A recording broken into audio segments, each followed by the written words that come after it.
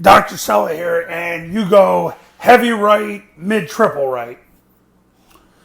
Now, here's what happens. You come up to the line, and to the nub, there's 1, 2, 3, 4.5. You got to go to the nub side, because if they have 6.5 to this side and 4.5 to that side, they balance your numbers. Paul Johnson says if they balance your numbers when you bring somebody over, you got to run to the nub. So what happens is you've brought the tackle over here, you brought the receiver in to be the tackle, you split the receiver out. So if you call heavy right, mid triple right, you got to flip it. So you go flip, flip, flip. The quarterback says flip, flip, flip. Now what's going to happen is the A-back's going to make sure he's behind the tackle because he's got to leave at the snap. So he's going to be 1 to 2 yards behind the tackle because he's going to leave at the snap. So what's going to happen is this A-back, the cadence is down, ready, set, hut, on the Y and ready. He's going to hammer step, take 235-degree steps. On the fourth step, the ball gets snapped. He turns his belly button to the line of scrimmage, takes 3 flat steps, steps at 45 degrees, and he blocks the run support. So quarterback's got 1 and 2. He's got number 3. He's working to get his right knee through number 3's crotch, right hand to the stomach, take 4-inch northbound steps. So what's going to happen here is basically there's no zero technique, so it's a back call, or you can call it a reverse ace. I don't really care. Back will do. There's nobody in the A-gap, so the center and the backside guard are going to zone the A-gap. They're going to wedge it together, and they're going to block whoever shows.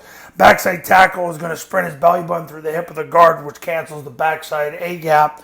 Backside B-gap, The heavy tackle is going to sprint his belly button through the play side tackle, which will cancel the backside C-gap. Backside receiver sprints to the goalpost, which cuts off the third player. Now, the receiver and the guard are going to veer inside. He's going to get his right knee through the crotch of the mic, right hand to the stomach, 4-inch northbound steps. Guard does the same thing. If the mic shows, if the mic doesn't show, the receiver picks him up and the guard will end up on the safety. If he ends up taking the dive, he'll end up with his right knee, right hand, 4-inch northbound steps, and the receiver will end up on the safety. So the bottom line is these two have those two. Quarterback's got these two. So what's going to happen is the quarterback's going to take the snap, jump in the backside A-gap, point the ball. The B-back's going to sprint through the ball, and if it's his ball, he's going to break off the guard's play side hip and score. If number 1 cancels the B-back, the quarterback replaces him and scores. And if number 2 can tackle the quarterback stops his feet and flicks the ball to the A-back coming around.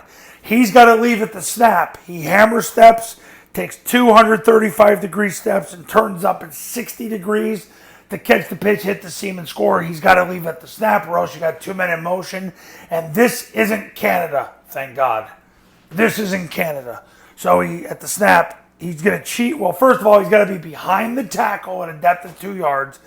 He hammer steps, takes 235-degree steps, and turns up. He's got to do all that at the snap. So that's how you run midline triple away from heavy. And you can only run to the nub if you get 4.5 or fewer to the nub.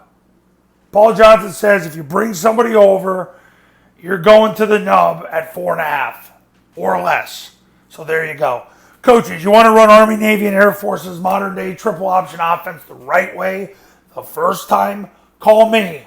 The number's on the thumbnail of this video. So is the website. You can see all the success stories that have come out of my camps in the academy, and I'll see you later.